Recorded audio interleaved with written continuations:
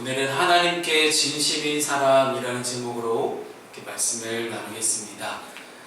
오늘 말씀을 함께 나누시고 들으시는 가운데 저와 여러분이 정말 하나님께 진심으로 우리의 마음을 표현하고 고백하고 결단할 수 있는 그런 사람이 될 수 있기를 소망합니다. 하나님께 진심인 사람의 특징이 어떤 특징이 있는지 오늘 본문에 세 가지가 있거든요. 그 세 가지를 함께 기억하고 그 세 가지를 함께 실천해 볼 수 있는 우리 그런 예배 시간 될 수 있기를 소망합니다.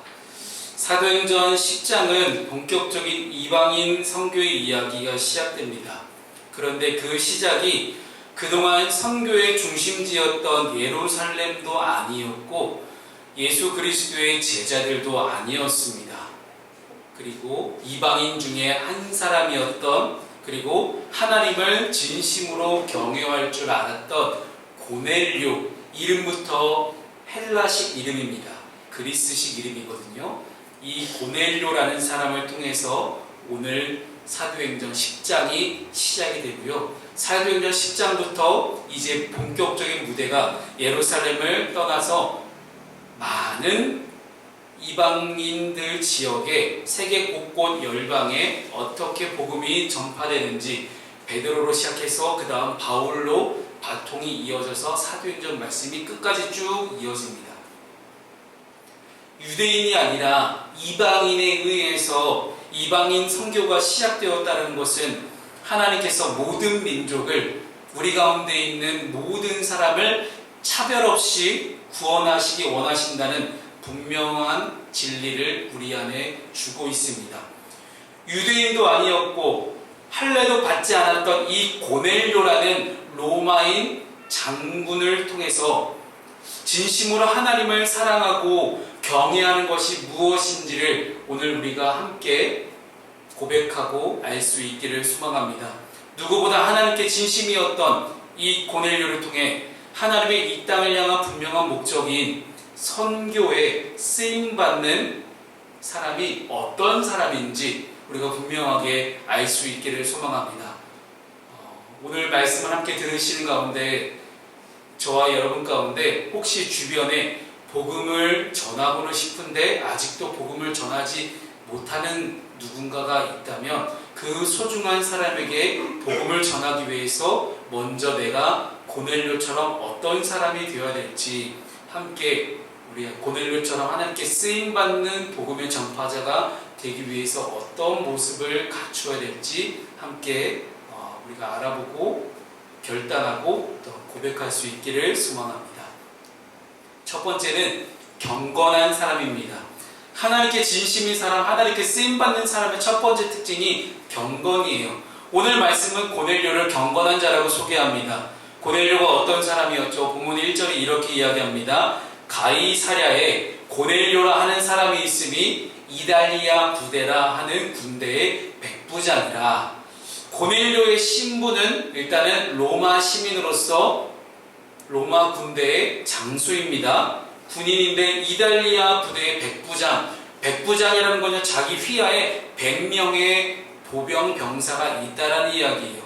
여기서 이달리아 군대라고 등장하잖아요. 이 이달리아가 이탈리아가 아니에요. 여러분 비슷하다고 오해하지 마시고요. 이 이달리아 부대는 보통 스페이라라는 그렇게 단어로 불리기도 하는데 약 600명 정도에 달하는 그런 한, 우리로 얘기하면 뭐 하나의 사단급은 안 되고 한 연대급 될까요? 600명이면, 그쵸? 군필자 빨리 공감해 주세요. 그래서 이 스페이라 부대라고 이야기하는 이 집단은요, 대략 600명 정도의 규모의 병력이 뭉쳐있는 그 부대를 보통 이달리아 부대라고 보통 부릅니다. 그래서 이 이달리아 부대 안에 600명의 병사가 있다면 600명을 지휘하는 6명의 백부장이 있는 거예요. 100명씩 다스리는, 지휘하는, 통솔하는 이제 장수가 6명이 있어야 되기 때문에 이달리아 부대에 6명의 백부장이 있고 그 중에 한 사람이 고넬료입니다. 비록 뭐 엄청나게 사단급 규모나 아니면 군단을 지휘하는 엄청난 그런 높은 위치의 지휘관은 아니라 할지라도 그래도 꽤 많은 병력을 거느린 다소 높은 신분과 재력을 갖고 있는 그런 사람이 고넬료였습니다. 이제 이 정도 되면 고넬료가 어느 정도의 사람인지 대충 이해는 되시죠? 그의 부대가 당시 가이사랴라는 지역에 주둔하고 있었는데요. 제가 앞에 지도를 가져왔습니다. 여러분 지도를 보시게 되면 가이사랴는 솔직히 성경에 가이사랴라는 지명이 두 개 나와요. 두 개가 하나는 이 지중해를 끼고 있는 해안선을 따라서 위치하고 있는 가이사랴가 있고요. 성경 안에 예수님이 자주 활동하셨던 지역 중에 가이사랴 빌립보라는 지역이 있습니다. 이 두 도시가 다른 지역이에요. 만든 사람도 다 다른 사람입니다. 그래서 이 예수님이 활동하셨던 가이사랴 빌립보 지역이 아니라 지중해 연안을 끼고 있는 가이사랴라는 그 도시에 지금 로마 군대가 주둔하고 있는 겁니다. 당연히 이스라엘 유대 지역이 아니에요. 유대 지역이 아니다 보니까 유대인들보다 이방인이 더 많은 지역이었고 이방인의 지배력이 더 강하다 보니까 유대교가 힘이 없는 지역이었습니다. 더군다나 로마의 황제를 신적인 존재로 여기며 충성을 맹세해야만 로마의 장수가 될 수 있었기 때문에 로마인 군대 백부장이었던 고넬료가 신적인 존재였던 로마 황제가 아니라 하나님을 몰래 섬기고 있었다는 것은요, 반역죄에 해당하는 그런 일이었습니다. 그럼에도 불구하고 고넬료는 하나님의 말씀을 듣고 하나님께 기도할 줄 아는 그런 사람이었습니다. 심지어 당시 유대 사회는 로마의 식민지였기 때문에 유대인들에게 있어서 아무리 고넬료라고 해도 고넬료라는 사람 신분 자체가 그렇게 반갑지는 않은 존재였습니다. 그러나 그런 상황에도 불구하고 고넬료는 놀랍게도 유대교를 가까이 했고 하나님을 섬기는 일에 열심을 품었던 사람입니다. 그런 그의 행실이 하루나 이틀 잠깐 반짝했던 그런 일들이 아니라 오랫동안 지속되자 가이사랴에 거주하는 유대인들도 점차 고넬료라는 사람을 인정하기 시작합니다. 그래서 성경은 그에 대해서 경건한 자라고 소개합니다. 우리 이 본문의 2절 말씀을 함께 읽습니다. 시작!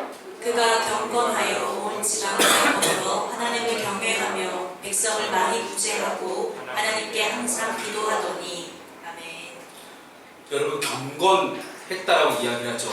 그가 경건했고 온 지방과 더불어, 즉 고넬료 혼자 하나님 잘 믿는 사람이 아니라 고넬료의 집안에 있는 고넬료를 비롯한 모든 식구들이, 모든 가족들이 다 같이 하나님을 경외하고 백성을 많이 구제하고, 즉 어려운 사람들에게 먹을 걸 나눠줬던 사람이었고 하나님께 항상 기도하던 사람이었다. 누가요? 고넬료뿐만 아니라 그 모든 가족들이 다 그렇다는 것이요. 그렇다면 경건이 뭘까요? 여러분, 아마 여러분이 생각하시는 경건에 대한 이미지가 아마 다 다를 것 같은데, 흔히 우리가 생각하는 머릿속에 떠올리는 경건에 대한 단어의 이미지는 뭔가 정결할 것 같고 깨끗할 것 같고 구별된 모습, 아니면 정죄되거나 교양 있는 어떤 우아하거나 고상한 그런 모습을 떠올릴 수도 있습니다. 그러나 성경이 말씀하고 있는 경건은 분명하게 이렇게 가르쳐줍니다. 우리 야고보서 1장 27절 말씀을 함께 읽어보겠습니다. 자, 시작! 하나님 아버지 앞에서 정결하고 더러움이 없는 경건은 곧 고아와 과부를 그 환난 중에 돌보고 또 자기를 지켜 세속에 물들지 아니하는 그것이니라. 아멘. 여러분, 경건이 이겁니다. 고아와 과부를 그 환난 중에 돌보고 자기를 지켜 세속에 물들지 않게 하는 것, 이것을 성경은 경건이라고 정의합니다. 고상하게 고결하게 자기 자신만 잘 깨끗하게 지키는 게 아니라는 거예요. 약하고 소외되고 가난하고 연약한 사람들에게 시선을 두고 그들을 도우며 세상에 수많은 기준을 낸다 한들 하나님의 기준을 따라 이웃을 사랑하는 자리를 선택하는 그 모습을 성경은 경건이다 라고 말씀합니다. 고넬료는 유대인도 아니었습니다. 그러나 하나님을 믿었습니다. 그러나 혼자만 하나님을 잘 믿는 것도 아니었고 온 가족이, 심지어 뒤에 나오잖아요, 베드로를 초청하기 위해서 보냈던 하인 중에 한 사람이 나오는데 그 하인도 경건했다라고 이야기를 해요. 그렇다면 그 고넬료의 가정은 주인 가정이었던 고넬료의 가족들뿐만 아니라 심지어 하인들까지도 경건에 힘썼던 사람이라는 것을 우리는 분명히 알게 됩니다. 즉, 나 혼자만 하나님 잘 믿고 나 혼자만 하나님께 구원받는 것이 아니라 이웃을 위한 삶을 살아가는 예수와 같은 삶을 선택하고 살아가는 그런 고넬료의 삶을 성경은 경건하다라고 그렇게 평가해 주십니다. 하나님께 진심인 사람은 바로 그러한 경건한 사람입니다. 말로만 경건하다고 하고 겉모습만 경건한 척하는 것이 아니라 내가 일상을 살아가는 가운데 그리스도인답게 사랑을 정말로 베풀고 전하며 살아가는 그런 사람을 하나님은 경건한 사람이구나 라고 그렇게 이야기하십니다. 사랑하는 프랑스교회 성도 여러분, 오늘 우리가 함께 모여 예배하는 것으로 끝이 아닙니다. 오늘 이 8월 25일 예배는 오늘 한 번에 한 시간의 예배로 끝날지 모릅니다만은 경건의 기준은 교회 안이 아니라 교회 밖으로 나가는 그 순간 시작됩니다. 그리스도인답게 사는 방법을 알았다면 오늘 본문의 말씀을 통해서 고넬료처럼 어떻게 내가 인생을 살아가야 되는지 분명히 깨달았다면 이제 우리가 교회 밖을 나가서 그 그리스도인답게 경건한 사람답게 여러분 살아갈 수 있기를 바랍니다.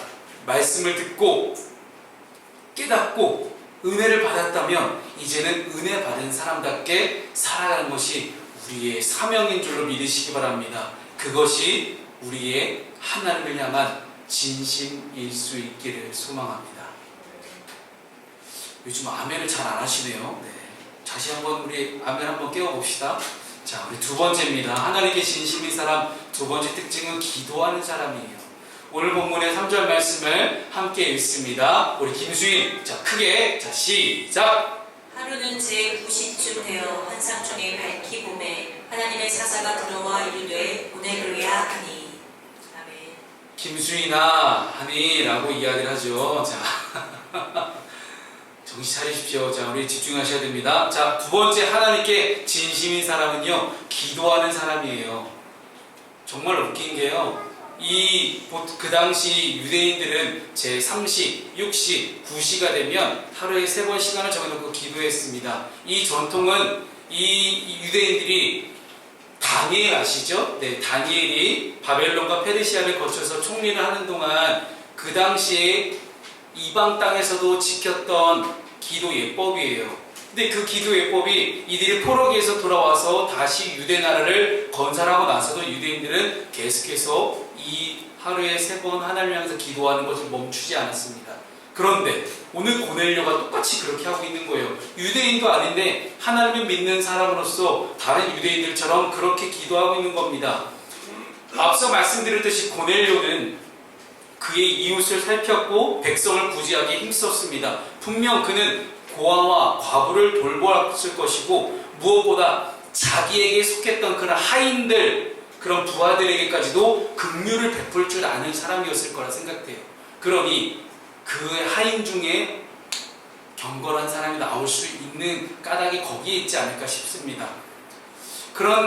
이런 고넬료의 삶이 어떻게 가능했을까요? 어쩌다가 그가 그렇게까지 구제를 실천할 수 있었을까요? 어떤 계기가 있지 않았을까요? 그가 그토록 사람들을 돕고 그렇게 사랑을 전하는 그런 사람으로 살아갈 수 있었던 분명 뭔가 중요한 이유가 있지 않았을까요? 저는 그것을 기도라고 생각합니다.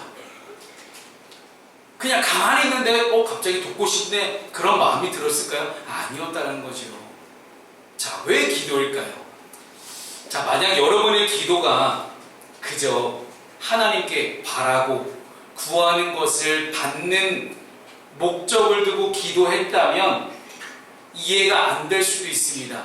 그러나 고넬료의 삶이 경건한 삶이 될 수 있었던 이유는 그가 기도할 때 하나님의 실존, 하나님의 진짜 살아계심을 경험했기 때문입니다. 기도하면서 단순히 내가 바라고 구하는 것만 받는 것이 아니라 하나님이 나에게 무엇을 원하시는지 분명히 알았다라는 거예요. 여러분, 기도가 일방향이 되어서는 안 됩니다. 기도는 양방향으로 왔다 갔다 해야 됩니다. 우리가 대화를 할 때, 상대방과 대화를 할 때 우리가 내가 뭔가 이야기를 하면 상대방에서도 분명히 뭔가 이야기를 하겠죠.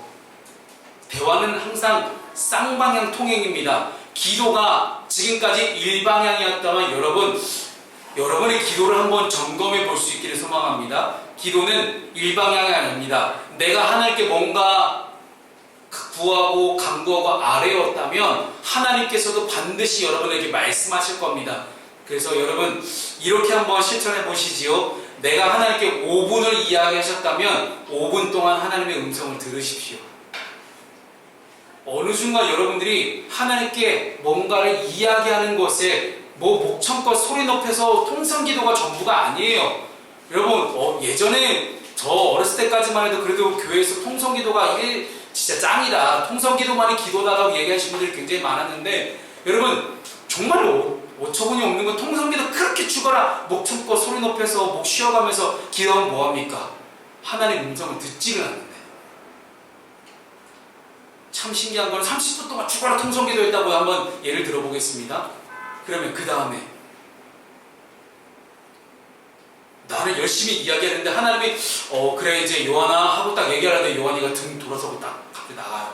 나 할 거 다 했어요. 나 기도할 거 다 했어요 하고 뒤돌아 나가는 거예요. 그럼 하나님이 하다가 멈추겠죠. 나 이제 내가 이야기할 차례인데 너 왜 가지? 쟤 왜 가지? 하시지 않을까요? 여러분, 아까 읽었던 2절 말씀에 고넬료가 하나님을 경외했다는 표현이 있어요. 이것은 그가 하나님을 인식하고 살아계신 하나님을 인격적으로 만나고 경험했다는 것을 의미합니다. 날마다 언제 응답될지도 모르는 그런 내가 바라고 원하는 것만 아뢰는 것을 넘어서서 매 순간 기도의 자리에서 하나님의 살아계심을 경험했기 때문에 하나님께서 진짜 바라고 원하시는 것이 무엇인지 분명하게 고넬료는 알 수 있었습니다. 그러니 마땅히 기도하는 순간마다 하나님께서 주시는 그 마음을 따라서 자연스럽게 구제하고 섬기는 삶을 살 수 있지 않았을까요? 하나님께서도 계속 고넬료가 그와 같은 삶을 살 수 있도록 로마인 백부장이었지만 하나님을 믿을 수 있도록, 그리고 구제하고 섬기는 그런 삶을 실천할 수 있도록 그에게 로마의 어떤 황제의 눈을 피할 수 있도록 보호하셨을 것이고, 그에게 계속해서 구제할 수 있도록 필요한 것들을 공급하시고 채워주시는 그런 물질의 축복이 있지 않았을까 저는 감히 예상해 봅니다. 그것이 우리가 먼저 하나님의 나라와 의를 구하는 삶을 살아야 하는 이유입니다. 기도할 때 우리 안에 나타나는 반응들이 있어요. 이제 주기도문, 예수님이 가르쳤던 주기도문 아니면 팔복의 기도를 떠올려보게 되면 우리가 기도할 때 첫 번째 단계는 이제는 남에게 내가 해를 끼치지 않는 인생을 살아가겠다 하는 그런 선한 삶을 살아가겠다는 그런 마음이 듭니다. 2단계가 있어요. 2단계는 누군가를 용서하게 돼요. 이야, 내가 저 인간만큼은 죽었다 깨도 용서하지 못할 것 같았는데 정말로 하나님께 구원받을 수 없고 하나님께 용서받을 수 없는 죄인이었던 나를 하나님 용서하셨으니 나도 용서하겠습니다라는 그런 마음이 듭니다. 세 번째 3단계가 있어요. 기도할 때 나타나는 3단계 반응은요, 바로 구제하고 섬기는 삶이에요. 용서보다 더 적극적인 행동이 구제입니다. 유대인들처럼 매일 시간을 구별해서 항상 기도하는 삶을 살아갔던 이 고넬료는 말씀이 인도하는 대로 구제와 사랑을 실천하는 그 자리로 매일매일 나아갔었고, 하나님은 그런 고넬료의 삶을 주목하십니다. 잘 보세요. 고넬료가 지금 예수 그리스도를 알고 있나요? 아니에요. 고넬료는 지금 예수 그리스도의 복음을 모릅니다. 복음을 모르는 삶을 살아갔지만 그는 하나님께 그냥 1대1로 만나서 하나님과 기도하는 가운데 하나님의 뜻이 무엇인지 분명하게 알았고 그 말씀을 따라 삶을 실천하며 살아가는 그런 인생을 살아갔다는 거예요. 하나님은 기도하는 사람을 주목하십니다. 하나님의 주신 마음을 따라서 움직이고 또 움직이도록 기도하는 자를, 그런 사람을 사용하십니다. 여러분 안에 각자 마음의 소원이 있고 또한 풀리지 않는 숙제와 풀리지 않는 내 인생의 문제들이 있다는 것을 알고 있습니다. 저도 알고 있는데 우리 주님은 모르실까요? 우리 주님은 다 알고 계십니다. 그러나 그 이전에 먼저 지금 나의 상황 속에서 하나님이 나에게 원하시는 것은 무엇인지 구하고 또 구해볼 수 있기를 소망합니다. 그조차도 쉽지가 않다면 기도가 필요한, 나의 도움이 필요한 우리 이웃이 누가 있는지, 나의 가족 중에, 나의 친척 중에, 나의 이웃 사람 중에는 나의 도움이 필요한 사람이 혹시 누가 있는지 그들을 떠올리며 그들을 위해 우리가 먼저 기도를 시작할 수 있기를 여러분을 도전합니다.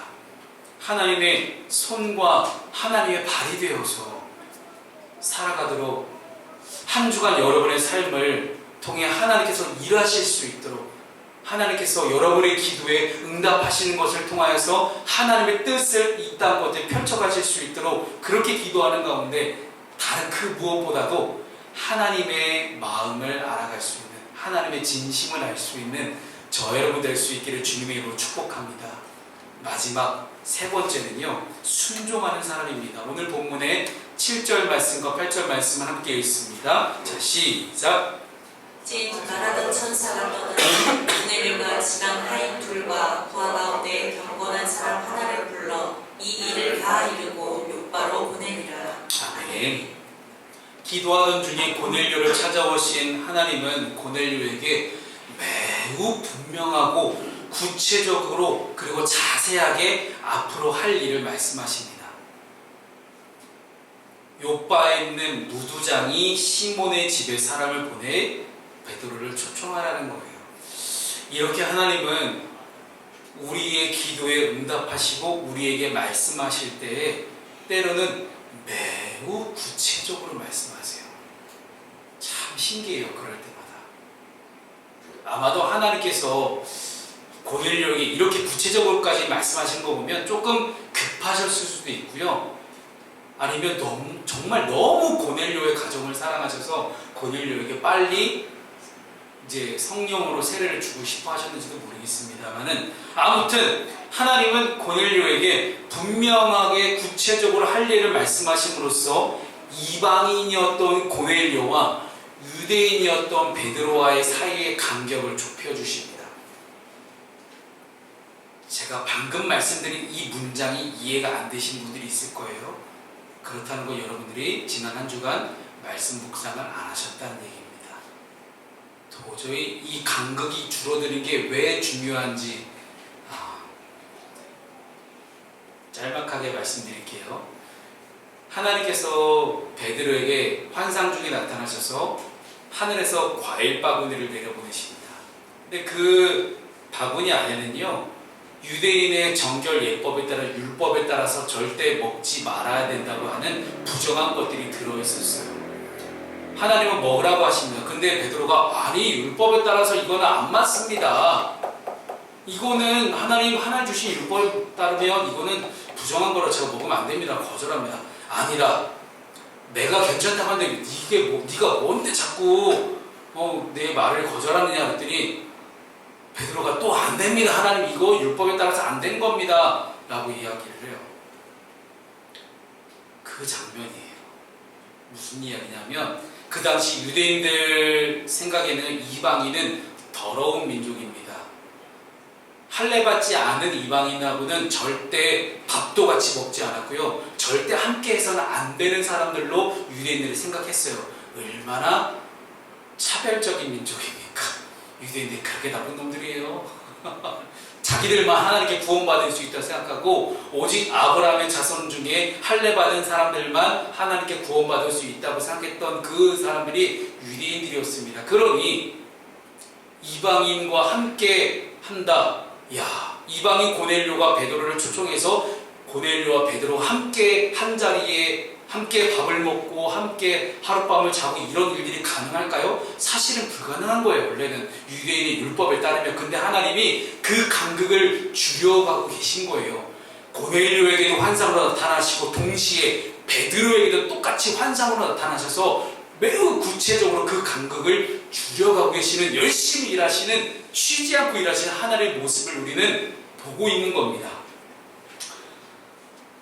아마도 고넬료 입장에서 봤을 때 하나님, 저는 이방인이고 저 베드로라는 사람은 유대인인 거 저는 알고 있습니다. 근데 제가 초청한다고 저 유대인 베드로가 과연 내 집에 올까요?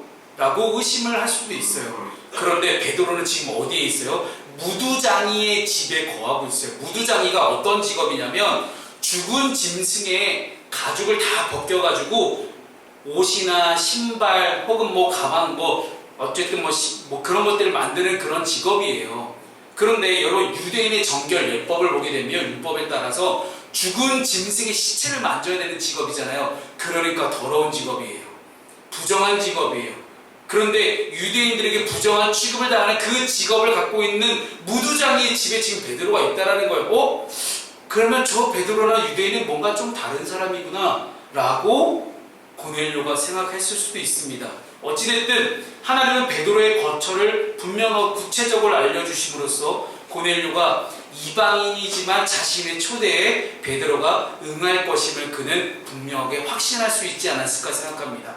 나아가서 예수 그리스도의 십자가의 복음으로 이루어지는 이 구원이 이방인에게도 활짝 열려있음을 우리는 분명하게 알 수 있는 그런 중요한 대목입니다. 유대 율법은 이방인과 유대인을 구분합니다. 그러나 예수 그리스도의 복음은 복음을 못 믿는 모든 자에게 차별이 없음을 우리에게 분명하게 보여줍니다. 이렇게 말씀을 전한 하나님의 천사가 떠나자마자 고넬료는 하나님의 명령에 즉시 순종합니다. 아까 보여드렸던 지도를 다시 한번 보여드릴게요. 고넬료가 머물고 있었던 이 가이사랴에서 베드로가 머물고 있던 요빠, 가이사랴 둘 다 이제 지중해 연안에 있는 그런 도시이긴 했지만 50km 이상 떨어진 꽤 먼 거리에 있어요. 고넬료는 경건한 하인들을 보내서 베드로를 보호하며 데려오도록 합니다. 최선을 다해서 하나님 명령에 그냥 순종했던 것도 아니에요. 즉시 하나님 천사가 떠나자마자 즉시 순종하는 고넬료의 모습을 보게 됩니다. 그리스도인은 하나님의 명령에 어떻게 반응해야 되겠습니까?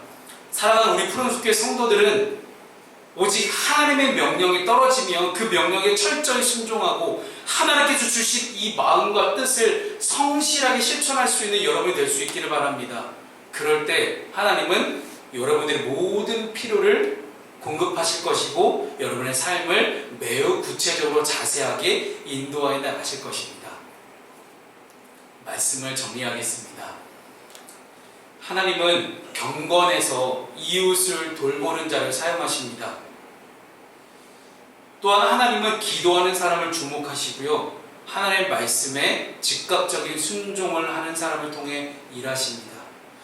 고넬료를 주목하셔서 비록 그가 이방인이었지만 오히려 이방인이었던 고넬료를 통해 이방 선교의 문을 활짝 열어주셨고 열방을 향한 하나님의 비전을 분명하게 보여주기 시작하십니다. 그리고 그 하나님은 오늘 이 8월 25일에 함께 모여 예배하는 저 여러분 안에도 경건한 삶, 기도하는 삶, 순종하는 삶을 살아가는 그 한 사람을 찾고 계십니다. 그리고 그 한 사람을 통해서 부흥과 하나님의 역사를 시작하시도록 하나님은 지금 준비하고 계십니다. 오늘 나를 향한 주님의 놀라운 계획이 무엇인지 기대하고 또한 기도하며 기다리는 그런 놀라운 은혜가 저와 여러분 가운데 있기를 주님의 이름으로 축복합니다.